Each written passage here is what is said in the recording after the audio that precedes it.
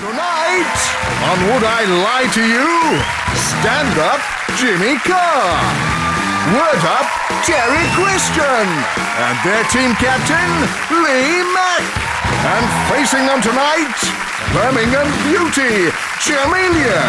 On comic duty, Marcus Brigstocke. And their team captain, David Mitchell. And here's your host, Rob Brydon. Good evening and welcome to Would I Lie to You, the show that prides itself on being a liar's paradise. According to scientists, certain people are able to tell at a glance whether someone is lying or not. They call these individuals women. And the very first lie was told by Adam and Eve when they denied eating the apple in the Garden of Eden. The cost of eating the apple, an existence of pain and mortality. Still, slightly less than a Waitrose pack of 4 organic pippins. And so to round one, Home Truths, where our panellists each read out a statement from the card in front of them. To make things harder, they've never seen the card before, so they've no idea what they'll be faced with. It's up to the opposing team to sift the fact from the fiction. And Jimmy, you're first up. All right. Please reveal it. Prince Philip told me I was a funny-looking fellow when I was a ball boy at Wimbledon. David's team. What year was this? Oh, I was about 12 or 13, about 84, maybe? Something like that, ages ago. How did you get into being a ball boy? How did I get into it? Well, I just psyched myself up. Throw some balls to me, yeah! I love it, man. Okay. How does the system of selecting ball boys work? And I was in a tennis club in my sort of local village, and I used to play tennis, and there was a lottery thing, and you could go along, and 2 people from every tennis club went along. Yeah, I thought they were from sort of schools around the Wimbledon area. That's what I thought. Where were you at school, Jimmy? The Wimbledon area. Wow, he's really foxed us there. And you were lined up, all the ball boys and ball girls? Yeah, it was after the women's final. Everyone's lined up, like hundreds of us. Which final? Who had played? It was years ago. It was the Ivan Lendl kind of era. He's unlikely to make the women's final. Who was Prince Philip there with? I think it's the Duke and Duchess of Kent or something. I don't really know the royals that well. That's the thing. It's usually the Duke and Duchess of Kent that do all the Wimbledon stuff, rather than Prince Philip, who's got more important sporting events to go and be racist at. I don't believe you're a ball boy at Wimbledon, but I just don't think Prince Philip often turns up to Wimbledon. He does. He does, actually. He told me I was a funny-looking fellow when I was there, so... Yeah, no... Well, that's how I know that, yeah. That's a clincher, though. Do you have any concept of what particular aspect of your demeanour that he found funny-looking? I can answer this. In fact, we'll all have a go. We'll start with you. We'll go around like that. What's funny about my massive head? Do you think you frightened the prince with your appearance? Is that... He was actually really freaked out? Most polite thing to say. Do you know what? That joke works if you don't do that.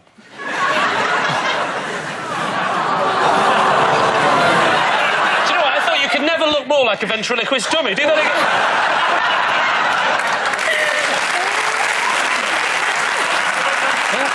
You cheeky monkey! You go back in the box! Hey?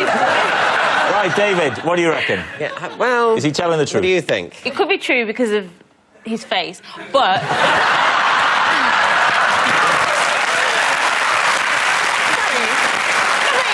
I don't think you're ugly. I just think... No, sorry. I just think that you've got a very unique face. No one will ever forget you. How am I getting bullied by Jamelia? How did that happen? So, David, what's your team deciding here? I think it could be true. I don't know. I don't trust you. You're a funny-looking fellow. Yeah, see, that's the crucial detail. Yeah. I'm edging towards a lie. You're saying it's a lie? Yeah. OK. Jimmy Carr. Well, I can tell you, it is a lie. It's a lie. Prince Philip didn't tell Jimmy he was a funny-looking fellow at Wimbledon. What a moment. Perhaps the funniest man in Britain, known for his off-colour material, finally getting to meet Jimmy Carr. Jamelia, you're next. OK. I once stole some toilet paper from George Michael's house. Lee? Was it new or used? Was it beside the bed on the floor crumpled up, or was it from a roll? I'm amazed he has toilet paper in his house, because he's normally at the gents in the park. Yeah, it was in his house. In the toilet. Not in the toilet, like, on the roll. Just, what were you doing at George's house? It was a party. I think it was his birthday. Were any of his relatives there? You think it might. Well, I mean, what was the occasion? Well, it was a party. What do you have parties for? Well, I had parties for all sorts of reasons. Well, it was one of those reasons. All right, then. Why did you steal the paper? A memento. How much did you steal, Jamelia? What sort of quantities are we talking about here? Not like just like a square. 1 square? 1 square? And then you did this. That's not a square. That's an oblong. The toilet paper squares are oblong. You know, they're referred to as squares, but they're not perfect squares at all. They're oblong. They're definitely longer than they are wide. You're the only person in the world that's noticed that, David. Everyone else goes like that, just that, but not you. I say. Excuse me, darling, pass me the ruler. I think this is actually an oblong, not technically a square. Well, how long ago was it? A few years. 3, 4 years? Give me some figures. About 3 or 4 years. Oh, all right, that's handy. What's Jimmy? No further questions, Your Honour. False. I think if you were going to steal something from George Michael's house, you would steal something a bit better than that. Hey, what do you want? To take a flat-screen TV? I mean, there's taking a memento, and then there's just being a thief. I think you're edging towards saying it's a lie, I suspect. I think it's Me and Jimmy think it's a lie, but Terry, if you're going to overrule us, then... No, I'm just going to disagree. In that way, I'll look great if you're wrong. You won't look great. Fair enough. Hey, what about... Give them your brutal quipping, not me. Oh, I'm on your team. Right, Jamelia, you're going to have a bit of brutal quipping. Go on, we'll say that's a lie, Jamelia. OK, so, Jamelia, they're saying it's a lie. Are you telling the truth? It is true. It's true. Jamelia did once steal some toilet paper from George Michael's house. I bumped into George Michael in the toilet once. We'd never met before, but he was very friendly. Marcus, you're next. Right. I worked as a podium dancer at the Ministry of Sound. You were a podium dancer at where, sorry? Yeah. At the Ministry of Sound. And what does that involve? I don't say just dancing. I mean, what did you have to wear, for example? Usually we'd get a phone call and they'd let us know if there was any colour theme. And then at certain points in the evening, they would just gather up those of us who were employed to do it and put us on a podium to get the crowd going. And what sort of tunes were you dancing to? This was early 90s, so, you know, early 90s house music. Like what? Name one. Hello. I can't help you here. I think the nature of that kind of music was that they were relatively indistinct tunes designed to create an atmosphere across the entire evening. Well, that's a stroke. But I mean, isn't it? you know, Well, there is an easy way to tell if he's telling the truth, which is. Would you like to show us? Not particularly. Well, come on.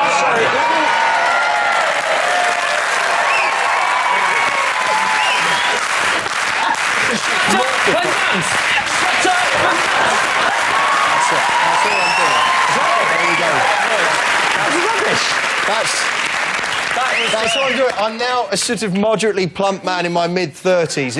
It doesn't have quite the same impact. Oh, come on, what do you mean, moderately? Where did they find you? Their own people just sort of talent spotted me. They talent scouted you. Yeah. Marcus, it was a part-time job. Now, what else were you doing? What other jobs were you doing at the time? I was working on an oil rig. Oh, okay.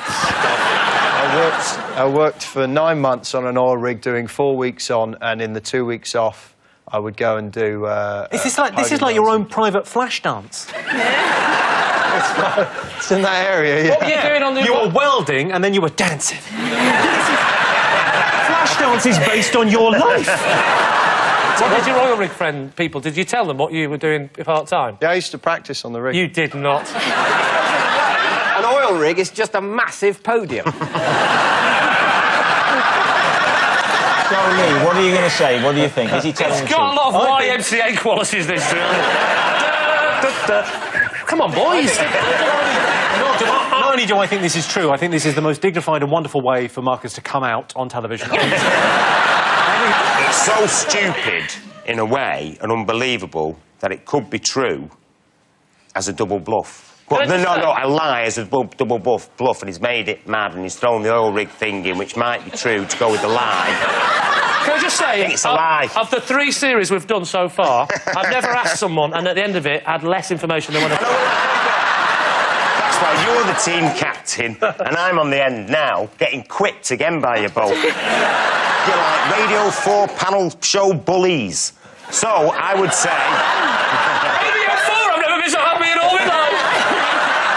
Do you really think that, Terence? Yes. I'm telling you that he's lying. Did you not see the dance move? Did you not see his crazy... I was going to say, I didn't believe any of this, but I think Jimmy's probably... That was a move, wasn't it? So what are you going to go for, Lee? We'll say it's true. OK, Marcus, is it truth or is it a lie? It is, in fact, true. Jimmy Carr.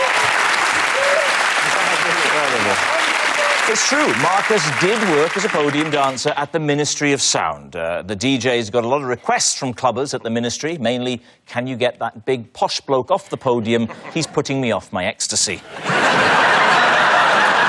Our next round is called The Ring of Truth, in which I read out some amazing celebrity facts, and all our team have to do is decide whether they're true or not. Now then, Lee's team, take a look at this. This is my kind of town.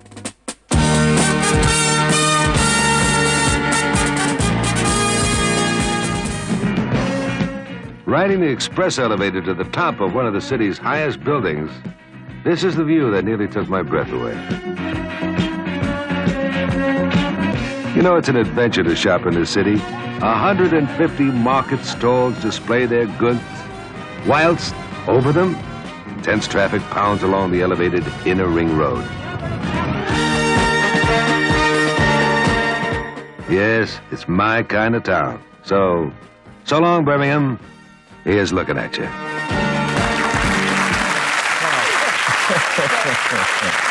So here's the related fact, then, for Lee's team. Jodie Marsh has a degree in golf course management from the University of Birmingham. Now then, when you say related fact, it's not that related, is it? Well, it's Birmingham. I don't know, there's 2 Telly Savalas's on her chest. It looks like those stuck-on ones, you know, that you can buy in the joke shop. What was famous about Jodie Marsh was that hers were actually real. Yeah, she's had an ongoing spat with Jordan over the fact that Jordan's had surgery and she hasn't. Yeah, because I've met both of them. Have you? Well, I mean, just Jodie Marsh. And I kind of had a quick, you know, band out real, yeah. You can't help looking, can you? To be honest, Jodie Marsh strikes me as someone who wouldn't particularly mind people looking. You know? she's being a bit coy with that belt, I don't know. Massively offended. Turns up like that and someone looks at her tits and she goes, how dare you? Actually, you know, I'm actually very skilled in golf course management. What do you have to do to get taken seriously as a woman? Why would she do a course on golf course management? Well, she plays golf, and her love of the game comes from her grandfather, Jasper Marsh, who was actually a professional golfer. The University of Birmingham, is that... Did it used to be a polytechnic, or was it one of the ones that used to be a 24-hour garage? I think, to be fair, I think the University of Birmingham is a proper one. It's a proper university. Jodie wrote her dissertation on the placement of bunkers on links courses. She had to study... No, she didn't! Come on, Rob, you're pushing your luck now. What are you going to say on this one? What do you think? I can't imagine she's got a golf course management from the University of Birmingham. Terry? I'm going to say it's a lie. OK. Well, I think it might be true. Terry's off again. Well, either way, I'll end up being ridiculed by my own team. What are you writing down there? It's a letter to Points of View to complain about this show.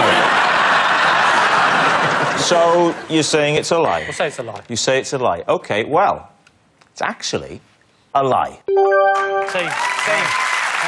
we all agree, you see. Bonding. When we all agree.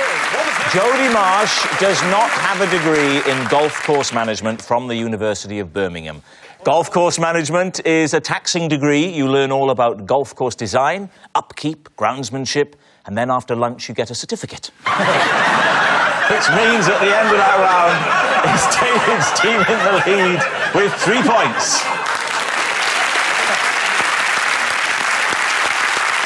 Our next round is called This Is My, where we bring on a mystery guest who has a close connection to one of our panellists. This week, each of Lee's team will claim it's them that has the genuine connection to the guest. And it's up to David's team to spot who's telling the truth. So, please welcome this week's special guest, Steve.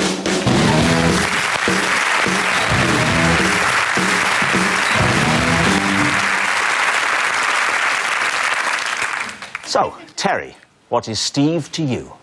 This is my mate Steve, and we were actually questioned by police who mistook us both for jewel thieves. Right. That sounds incredibly plausible. Lee, perhaps you'd like to explain how you know Steve. This is Steve. We own a greyhound together that's come last in every race. And finally, Jimmy, what's your connection with Steve? This is Steve. We were at primary school together. I didn't see each other for 20 years.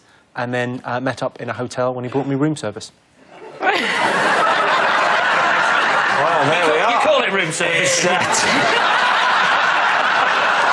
team, where do you want to start? I think you're all claiming to be friends with him. I want to see, like, a real connection. So if you could all just give him a hug, I want to see if there's a, you know... You want to see if I hug this man like I own a greyhound with him? No. If he's your friend, if you own something with him... Let's do it. OK, this is how we hug. We got like this usually. Hey, how are you, little fella? Hey, get off. I'm trying to get off with it. That's how we hug. That's not realistic. Leave my mate alone. Hey, look, mate. All right, darling. Can you just turn around? Yeah, sure.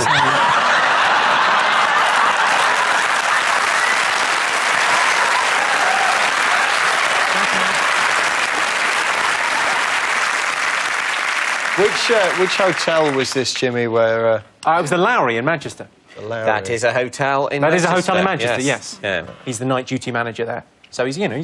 He knew you were staying in the hotel and brought your room service up in order to renew your acquaintance. Yes, and I recognised him immediately and, you know... And did you go, oh, my God, Steve? Yeah, he really hasn't changed that much. Have you remained friends with him since that? Yeah, I stay in the same hotel quite a lot. Whenever so you only see him when he comes to the No, when you literally, go to the hotel? yeah. But that's fine. Well, he lives in Manchester, I live in London, so we see each other. He's not your friend, then. What do you want me to do, take him to the zoo? No. So, and Lee, what's the name of the greyhound you own with him? It's called Ballyregan.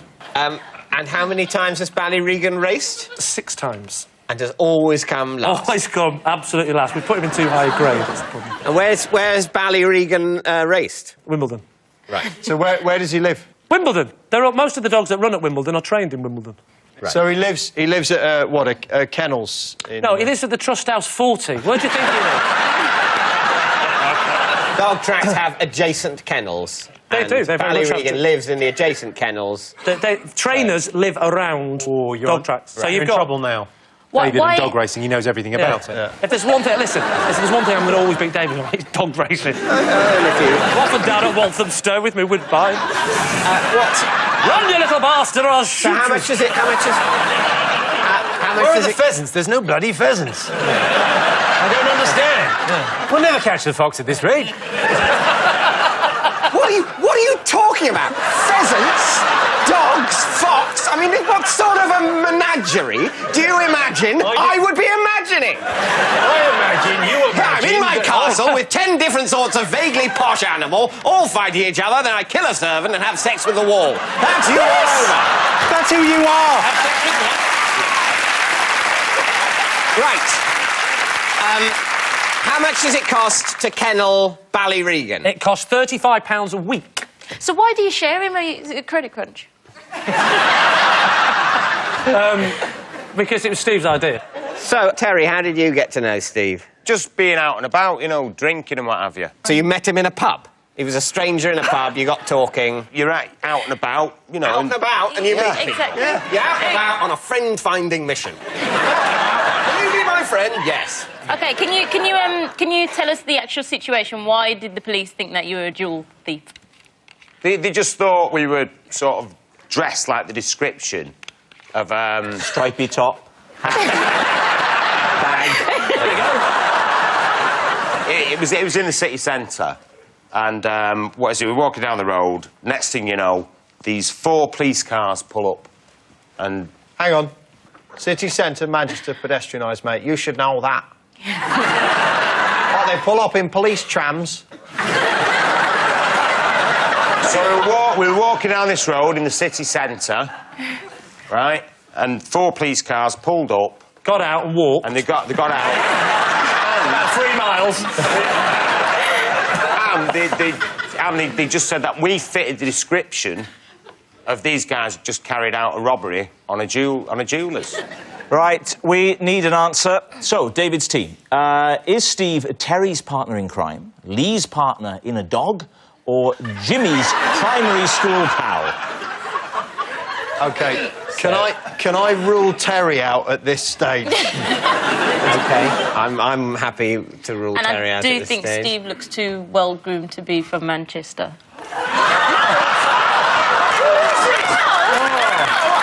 Jamelia, everyone, come on!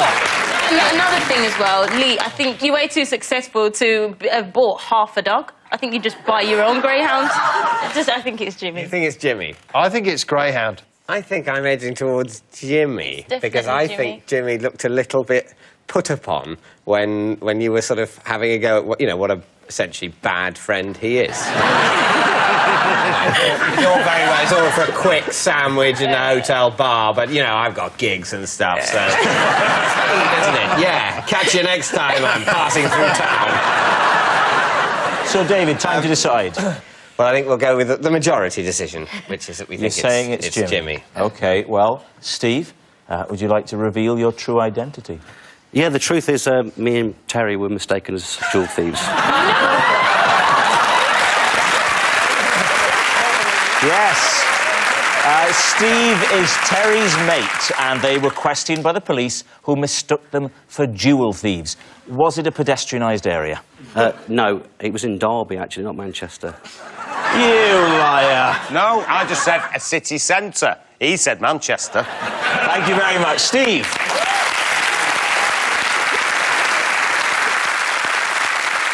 Which brings us to our final round, quick-fire lies, in which our panellists lie not only through their teeth, but against the clock. Now, the scores are tied, so there's everything to play for, and we start with...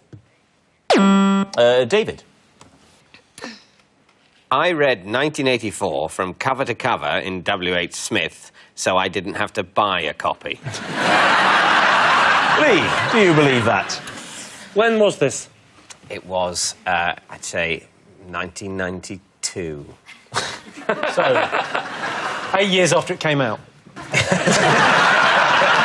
Did you knock on the door at 8:30 as they opened, and you were in there till 5? Oh, this is good. Or did you pop in and read a bit at a time? I read it in a series of lunchtimes. Did you find that later on in the afternoon you were really, really hungry? I grabbed a sandwich as well. Oh, you were eating and turning at the same time? No, you can't eat sandwiches in W.H. Smith, you barbarian.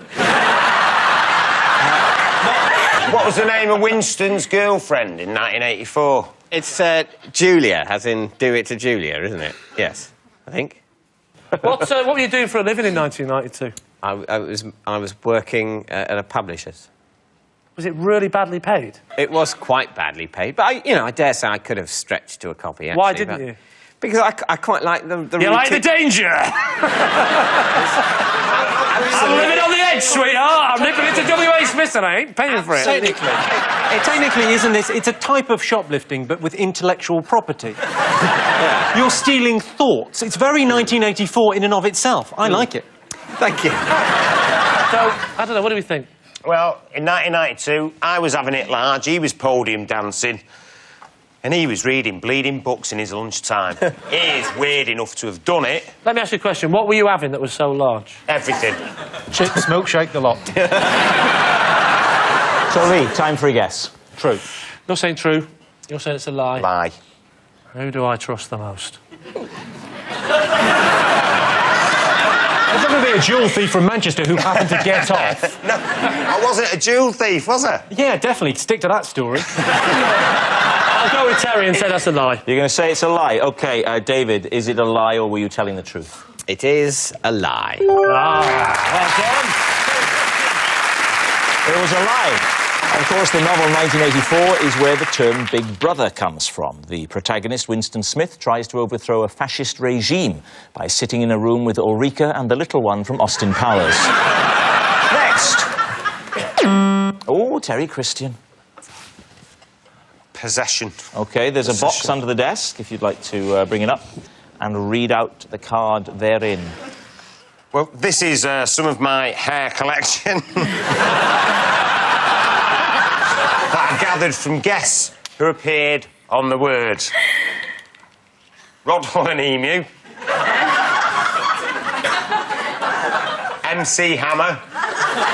And Kurt Cobain's hair. All right, there we are. Where did you manage to get this hair from? I would ask the makeup women to take it off the brush. So they were brushing Emu. Well, emu have to. It kind of sheds. Would you mind if I had a look? I'd quite like to see Come over. some of MC Hammer's little curlies in a Regal packet. that phrase has never been said in the history of mankind. Well, be careful, because there's only... What are you smelling for? Smelling it smells like heroin. That's never Rod Hull's hair. Look at that. That's not even real hair. Oh, look at MC Hammer's in a little baggie in it. Oh, hey, don't open it. That's never MC Hammer's hair, I'm telling you. Have a look at that. That's not MC Hammer's hair. I know MC Hammer's hair. This is like a really low-budget CSI. Interesting little pot. Now it's turned into Antiques Roadshow. Which is, I can see you on, actually, David. I would have that insured for 2, maybe 3 pence. So what are you going to front for? It's tricky. You know, the thing that really is most convincing is that this is definitely an old cigarette packet. I think it's a big, hairy lie. But now he's doing that smile. He's looking smug now. I hate this game. I think we're going to say lie, aren't we? It's a lie. I'll agree. I'll agree. Right. You're saying it's a lie. OK, Terry, is it truth or is it a lie? Get your hair, baby. Lie. Ah, yes. Oh, that's it. That noise signals time is up, and it's the end of the show, and I can reveal that David's team have 4 points, but Lee's team have romped to victory with 6 points. Oh.